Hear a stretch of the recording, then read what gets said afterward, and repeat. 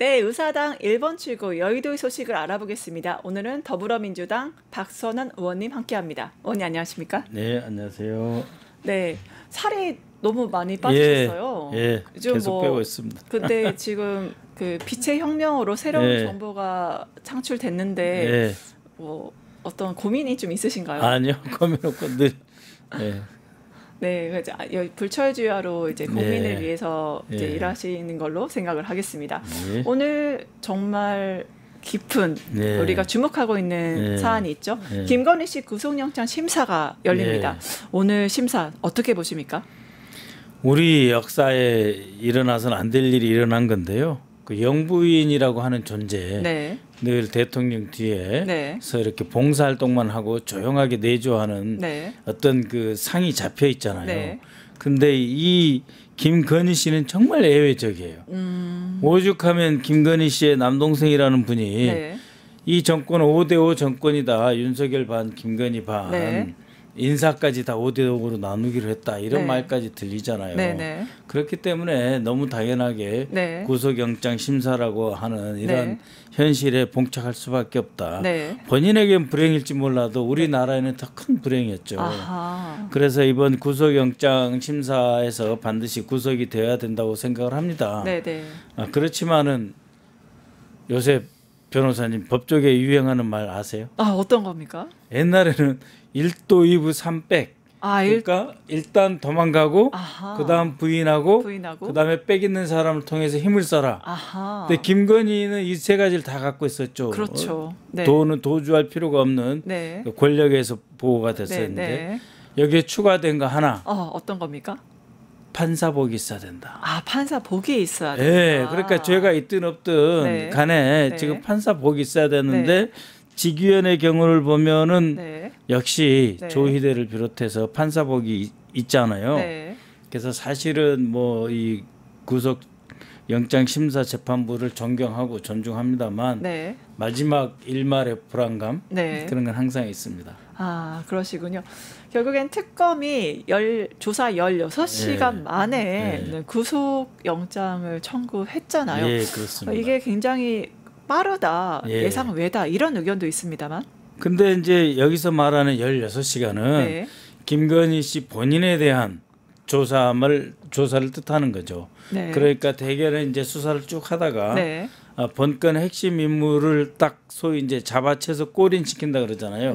구속시킬 때 마지막 단계에 김건희에 대한 조사가 16시간이라는 것이었고 그 전에 특검이 한 달 이상 충분히 조사를 해서 그야말로 각 범죄 유형별로 대상별로 김건희가 직접 관련된 거 명태균 건진까지도 전부 모아가지고 그거를 가지고 김건희 본인에 대한 것만 16시간이기 때문에 매우 빠른 수사인 건 사실이지만은 충분히 숙성돼서 이제는 구속영장을 청구할 단계에 돼 있다라고 하는 표현 아닐까 생각을 합니다. 특히 그 의견서가 굉장히 분량이 이례적입니다. 848쪽이라고 하잖아요. 이 내용이 구체적으로 뭘까요? 어떤 주장들이 좀 담겨 있을까요? 그러니까 이제 이 김건희 씨가 국정농단에 윤석열 정권의 핵심 실세다라고 하는 건 다 이해가 돼 있잖아요. 국정농단의 핵심 실세다. 그렇기 때문에 이제 범죄가 많은 거예요. 일단은 너무 많구나. 너무 많고 그다음에 그 범죄 각각에 대해서 상당히 많은 그 사실이 적시되고 소명이 되어 있지 않겠나. 그것만 해도 얼마나 되겠습니까? 그뿐만이 아니라 이 김건희 씨가 뭐 나는 이런 식으로는 수사 못 받는다. 뭐 하루에 뭐 한 건당 서너 시간씩만 하겠다든지 그렇게 하면서 사실상이 사법 질서를 흐트러뜨리고 하면서 조사를 회피하려고 했던 거. 그다음에 각종 그 말맞추기 증거인멸. 그래서 이것의 사건의 중대성. 거기다가 이제 재발 방지, 재범의 우려. 이런 것을 전부를 다 담아야 되지 않겠습니까? 사건만 담은 게 아니라 이 김건희 씨가 법을 어떻게 보느냐.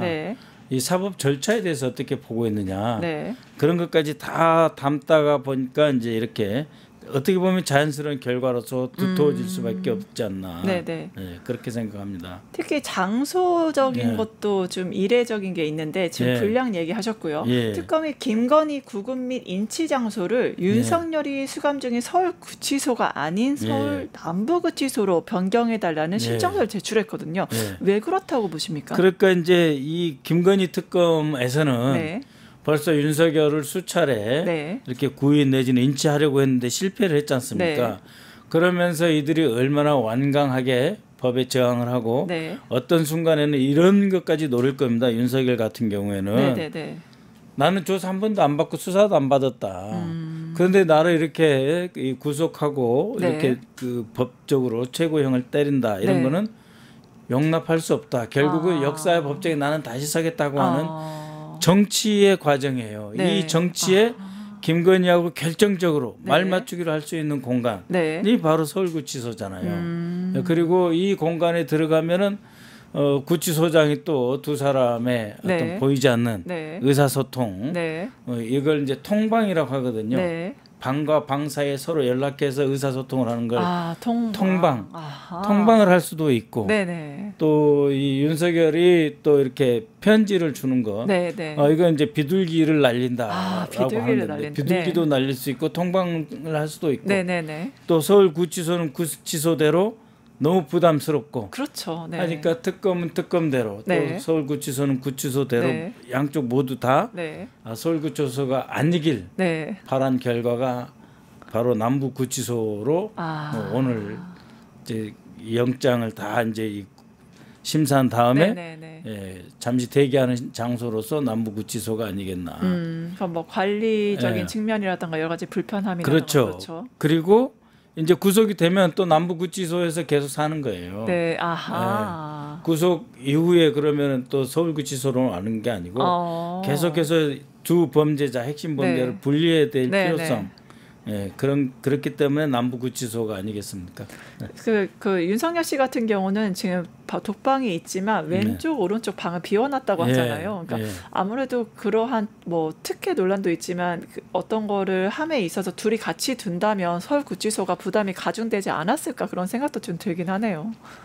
그 전에 그 두 개 방 비워놓은 거에 대해서 한 말씀 드려도 될까요? 당연하죠. 이제 범죄자들이 이제 모아놓잖아요. 그러면은 이제 저기 이제 윤석열 같은 사람이 와요. 아침부터 이런 말 하면 안 되는데 범털이라 그래. 범털. 그러니까 이거 권력도 있고 돈도 있고 힘든 사람이 감옥에 들어온 거잖아요. 그러면은 양쪽에 있는 이제 그 수감되어 있는 다른 범죄자들 귀를 기울이게 돼 있어요. 야, 뭐라고 하나. 교도관은 윤석열에게 뭐라고 하나. 윤석열은 교도관을 불러가지고 이리 와봐 그래갖고 오늘 변호사 나 좀 빨리 나 좀 데리고 나 좀 빨리 오늘 오라 그래.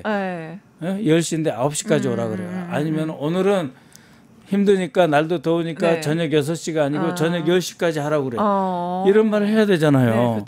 그 옆에 방이 있으면 다 들리잖아요. 그래서 이게 진짜 특혜인 거예요. 그리고 범죄인의 어떤 그 증거인멸이나 이런 것을 사실상 조장하는 행위예요. 조장하는 행위다. 그렇죠.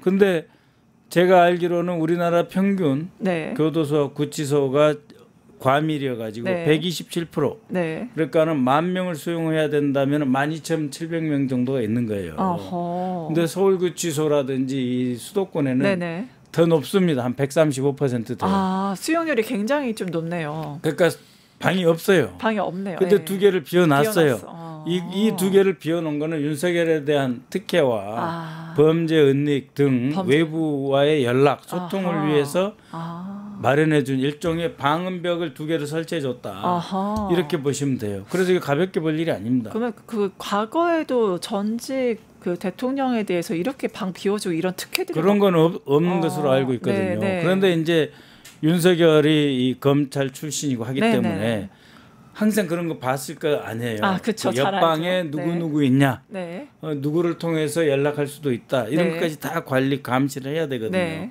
아예 비워버렸다 하는 건 이 윤석열 방 양쪽으로 방음 벽을 설치하고 시선을 다 차단한 거죠.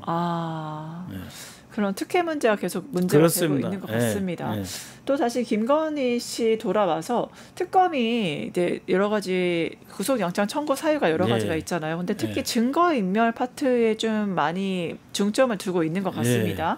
탄핵 직전에 노트북을 지워버렸고 그다음에 휴대폰 비밀번호도 주지 않았다. 네, 좀 이런 상황들 어떻게 보셨어요?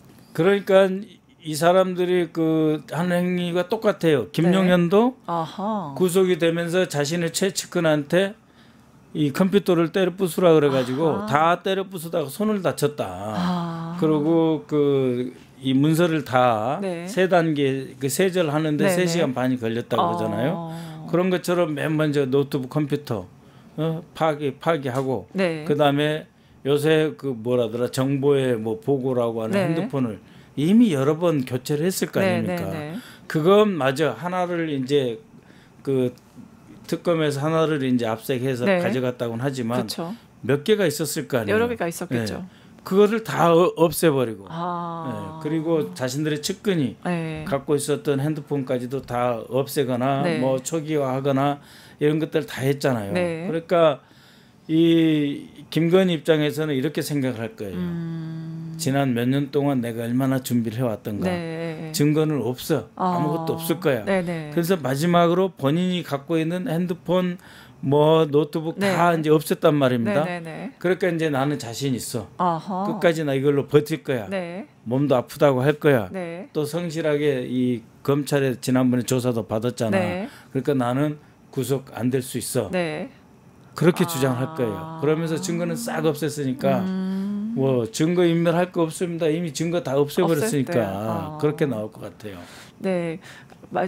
김용현 얘기하셨는데 김용현이나 이상민이나 김건희나 김건희 뭐 집사 측근들 다 서로 내통해서 증거 인멸에 대한 어떤 그 공모를 했다고 좀 봐야 될까요? 아이 그렇죠. 그렇다고 봐야죠. 아니 예를 들어서 김용현이 전 국방장관입니다.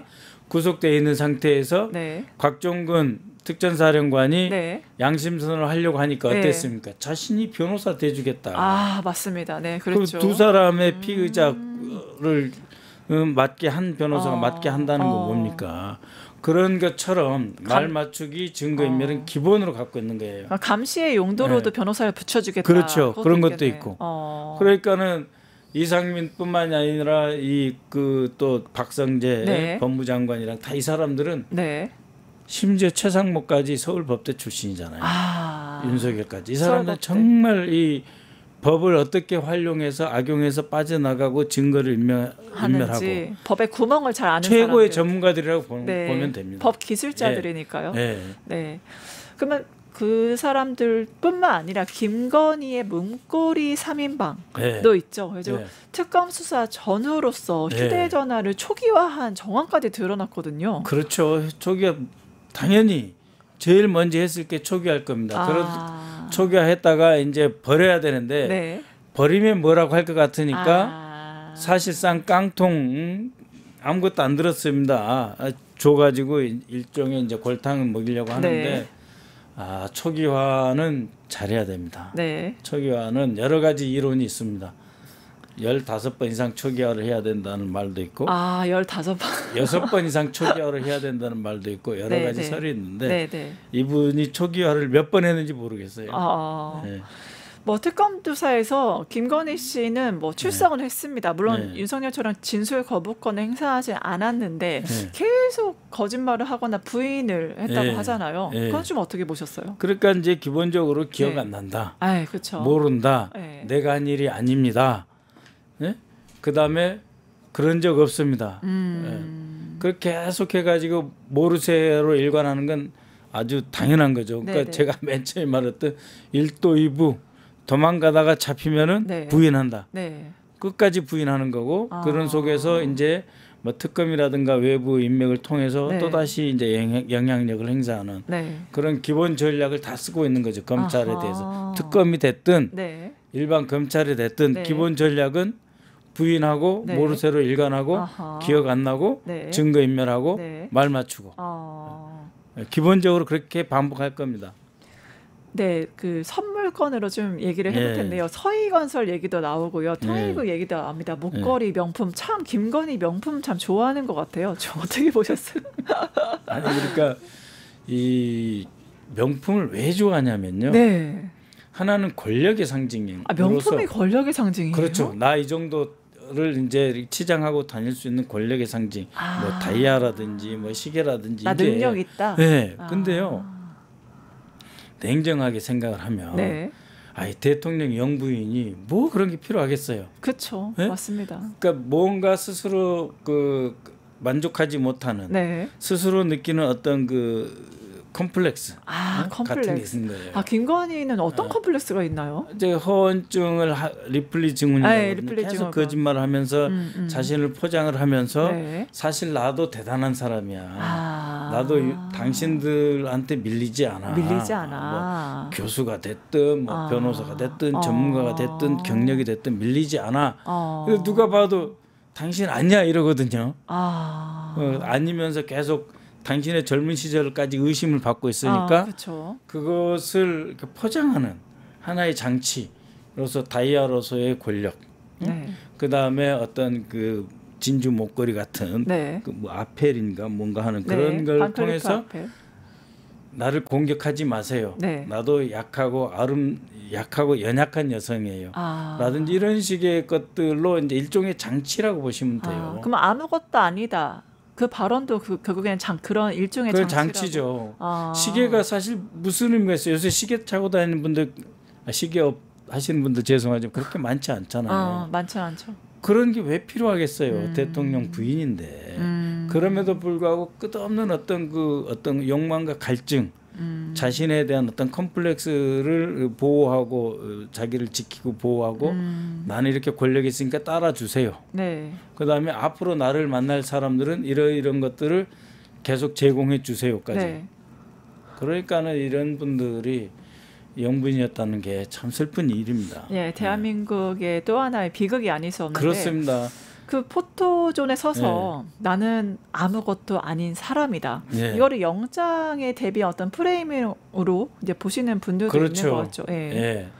나는 약하고 그다음에 한 일도 없고 아는 것도 없고 그러니 나 같은 사람을 구속해서 뭐 득이 되느냐. 나 같은 사람은 내버려 둬도 되지 않겠습니까? 라고 하는 일종의 이제 호소이면서 동시에 나를 도대체 왜 구속하고 수사하는지 모르겠다. 일종의 그 순진무구. 난 아무것도 아닌데 왜 조사하고 수사하냐. 나는 그야말로 무지 그리고 순수 그리고 결백하다. 그런 주장이겠죠. 또 명태균 여론조사가 특검의 3대 그 핵심 사항 중에 하나잖아요. 이거에 대해서 이걸 직접 지시했다. 아니다. 난 결과만 받아봤다. 좀 의견들이 다른 것 같아요. 그러니까 이제 명태균을 왜 김건희 씨가 활용을 했을까? 내지는 두 사람의 그러한 결탁과 정치적인 유대가 왜 형성이 됐을까? 라고 하는 것은 이 짧은 시간에 명태균이 갖고 있는 여론조사의 기법을 통해서 정치적 목적을 달성하는 가장 효과적인 수단이다. 라는 확신이 있었기 때문에 명태균의 여론조사를 활용하는 것이죠.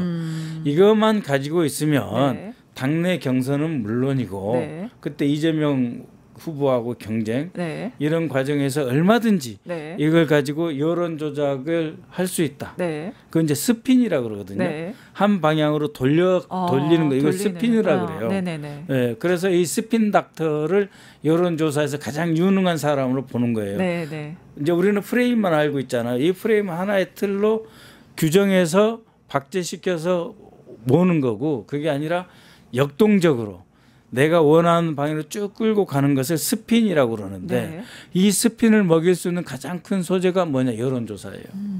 이 여론조사의 효과를 명태균과 김건희는 아는 거예요. 그리고 그것을 특정 언론에 줬을 때 그것이 가져오는 증폭 효과.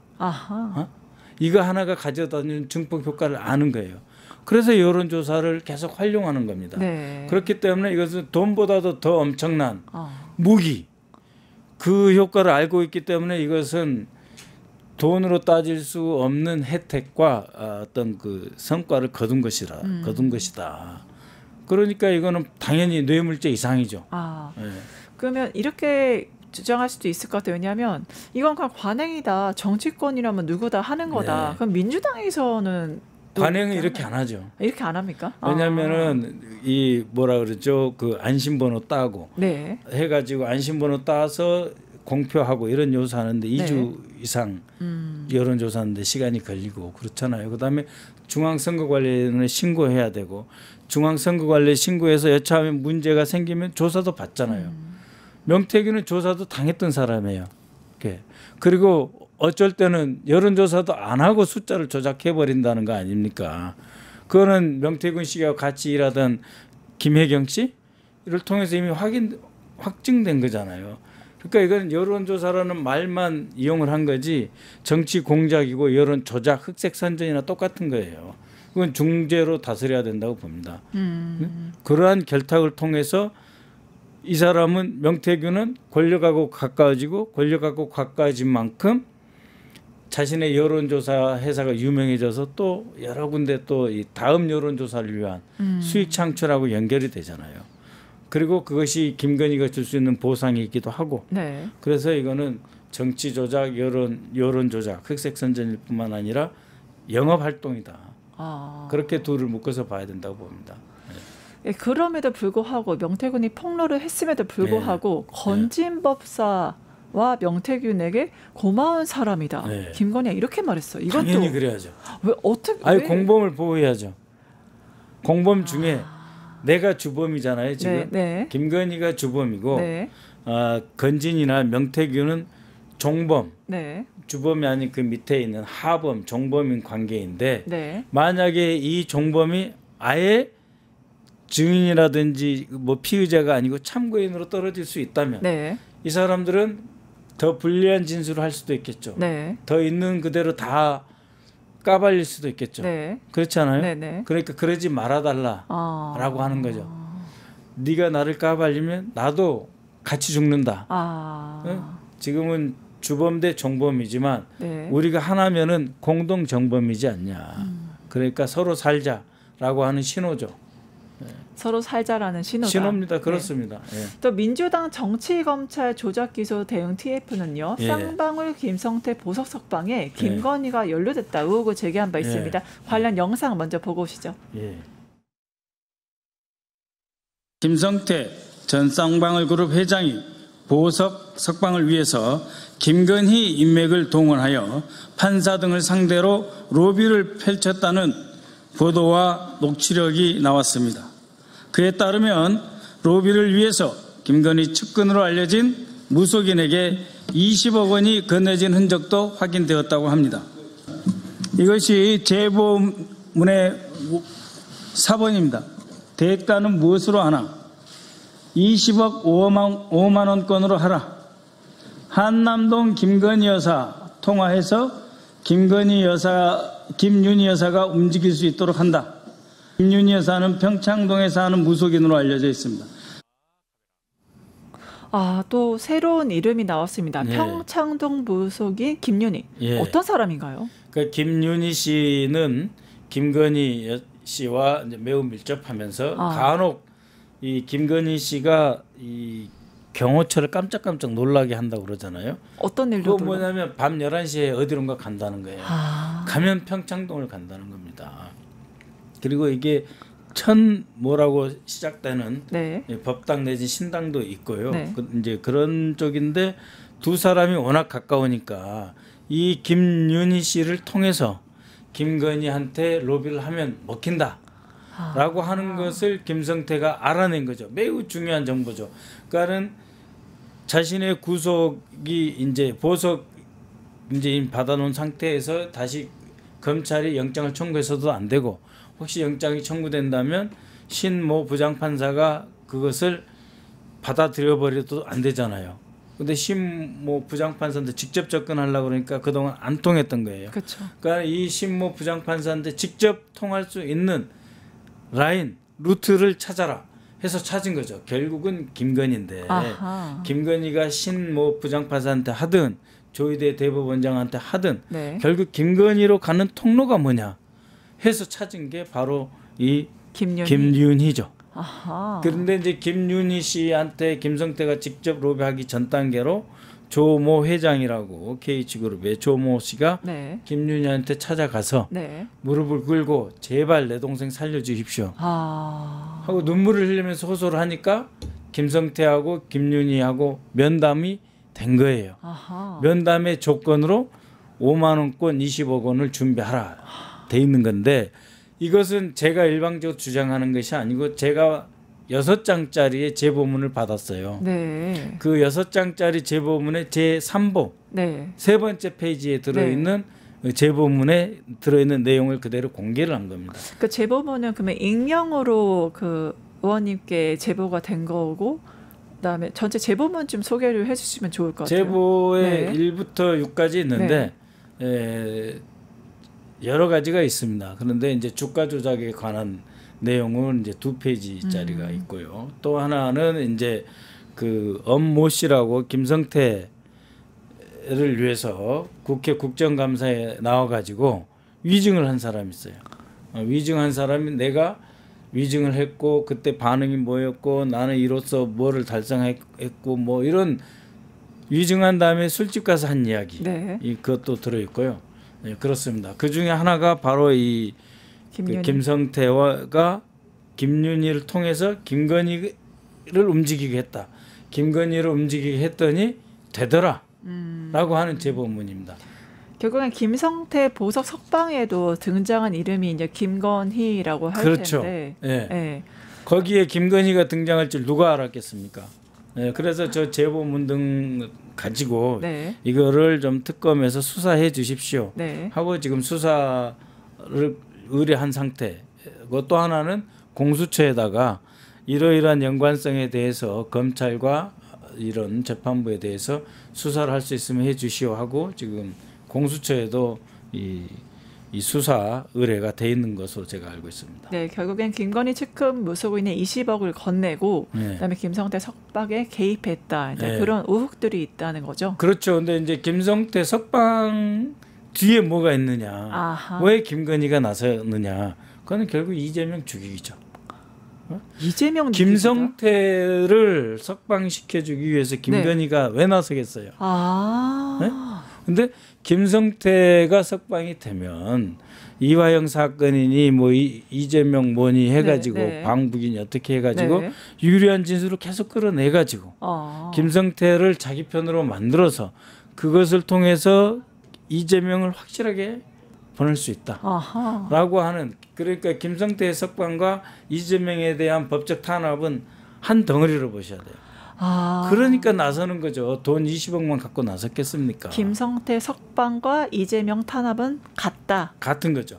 김성태를 석방시켜주면 계속해서 이제 석방 상태를 유지해야 되니까 이재명 대표에게 불리한 진술을 계속 끌고 가게 그야말로 소의 콧뚜레를 뚫듯이 끌고 갈 수 있는 그걸 잡아낸 거죠. 그러니까는 김건희 쪽도 좋고 김성태는 석방돼서 좋고 서로 윈윈 전략으로 자기들은 그렇고 이재명 대표만 고통스러우면 되는 거다. 이재명 대표만 계속 재판을 끌고 가서 이 소위 법정 연금 상태, 일주일에 3번을 재판받게 하고 구속시켜버릴 수도 있고 그 판으로 끌고 간 거죠. 거기에 김성태, 김건희, 김윤희가 얽혀 있고 혹시 신모 부장판사까지도 얽혀 있다면 이건 중대 사건이잖아요. 네, 맞습니다. 이재명 죽이기 프로젝트에 굉장히 중요한 실마리를 제공을 하셨습니다. 그렇습니다. 역시 대단하십니다. 그 윤석열은 또 내란 12.3 내란에서 이제 민주당이 여러 활동을 해왔는데 진보 진영이 마찬가지로 거리의 시민들도 주인공이 되죠. 그렇습니다. 하지만 여전히 반성하지 않고 이 재판에도 지금 4주째 이제 출석을 안 하고 있습니다. 이건 좀 어떻게 보세요? 그러니까 아까도 말씀드렸지만은 윤석열은 자신이 잘못했고 이 범죄를 시인하고 이런 일이 다시 없게 하도록 해서 용서를 구하는, 그걸로는 안 된다. 그래 봐야 무기징역 아무리 적게 받아도 20년 뭐 거기다가 이제 우리 민주당에서 이제 뭐 사면을 금지시키는 법까지 막 만든다고 하니까 네. 이 사람은 나는 정치인이다. 정치적인 행동을 한 거다. 그래서 나는 무죄를 끝까지 고수하겠다. 네. 그러기 위해서는 검찰에도 조사 안 받고 공수처 조사 기록도 안 남기고 네. 특검 수사도 안 남기고 마침내 네. 자신한테 그렇게 호의적인 주기현 재판부에도 안 나가겠다는 거죠. 아하. 그래서 자신들이 어느 순간 네. 국민의힘에 10년이 됐든 5년이 됐든 정권을 잡으면 네. 그때 나를 사면해 줄 때 그렇게 주장하겠다는 거죠. 국민의힘에서 아니 그때 재판이 이상했다. 그 윤석열에 대한 뭐 신문 기록, 피의자 신문 조서도 없지 않냐. 그 공백을 만들어 놓는 거죠. 그래서 윤석열은 아무것도 진술하게 한 것이 없다라는 공백을 만들어 놓으려고 하는 거예요. 근데 왜 그러면 법정에 안 나가냐? 그동안 법정에 나가서 하는 게 좀 유리할 것 같아서 주기현 법정에 나갔는데 거기에 이제 특검 검사까지 오고 하니까 네. 아요 주기현 재판부 가지고 나의 보호 장치가 이제 약화되고 무너지고 있다.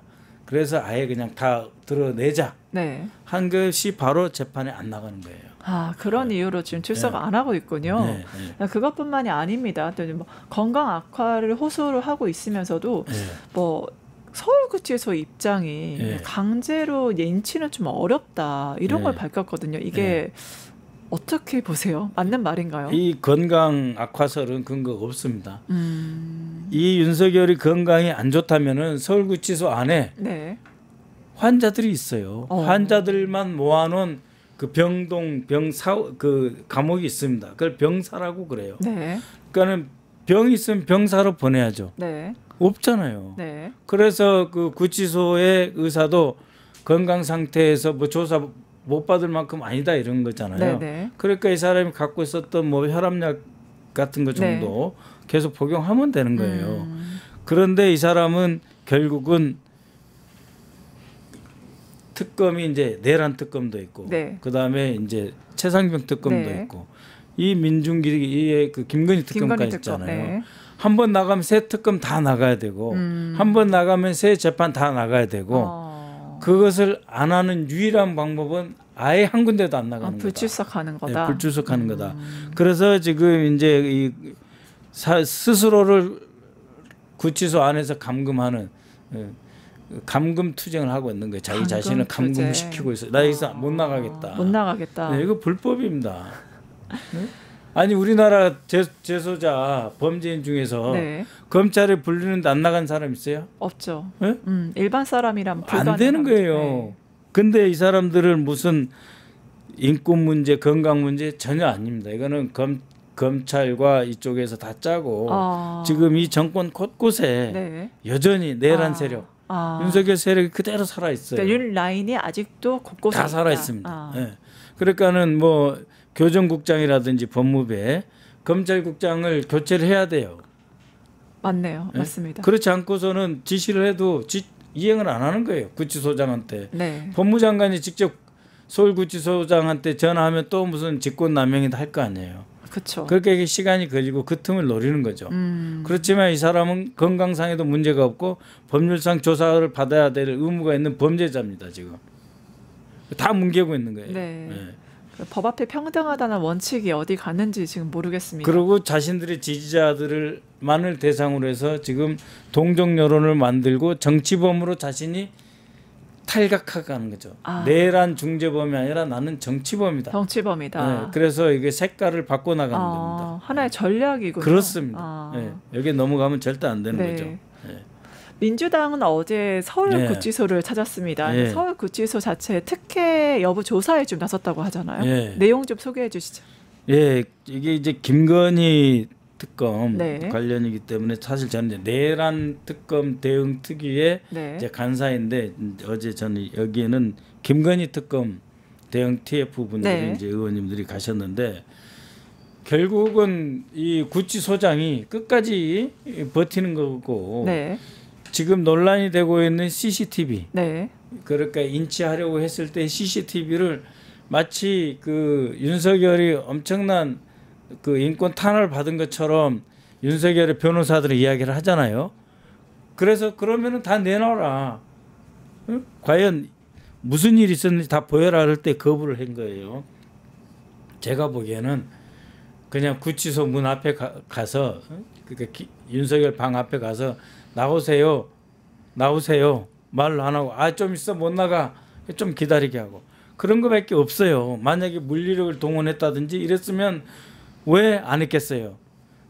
특검 수사관에 의해서 구치소가 물리력을 동원할 수밖에 없었고 이것은 부당하다라고 하는 건 자신들의 유리한 선전 자료잖아요. 아하. 그게 없으니까 CCTV를 공개 못하는 거예요. 네. 그러니까 이제 법무부에서도 화가 나서 공개하라고 하는데 지금 구치소장이 공개를 못하고 있는 겁니다.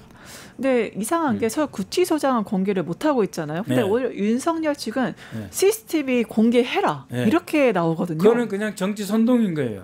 변호사 쪽에서는 CCTV 공개해라 그러면은 자신들의 지지자를 향해서 마치 엄청난 어떤 그 물리력 동원에 의해서 뭐 요새 뭐 왼쪽 눈이 부은 사진도 막 돌아다니고 그래요. 윤석열이.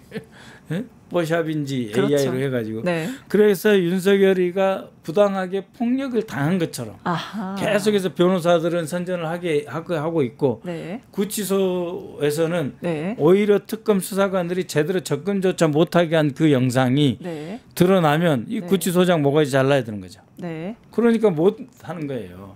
그래서 양수 겸장으로 지금 이런 그 농단 그야말로 이 법정 농단을 지금 하고 있는 거예요. 네. 네. 마지막 질문을 드리겠는데요. 그 신의 한수 유튜버가 네. 폭로를 했죠. 굉장히 네. 핫 이슈인데 윤석열이 지난 1월 공수처 체포를 막기 위해서 네. 자신의 지지자들을 방패로 썼다. 네. 이건 어떻게 보십니까? 그러니까 이제 한 서너 가지의 방패가 있습니다. 네. 제일 중요한 거는 경호처. 아하. 경호처 밖에 이제 101단 등 그 이제 그 한남동 관제 전체를 지키게 하는 또 군부대 수방사 부대가 있고 그 옆에 있었던 45명인가 하는 국민의힘 국회의원이 있었고 네. 그 다음에 아예 한강진 그 길 전체를 이제 뒤덮어서 어떻게 해보려고 했던 극우 유튜버들이 동원한 그 집단들이 있었던 거죠.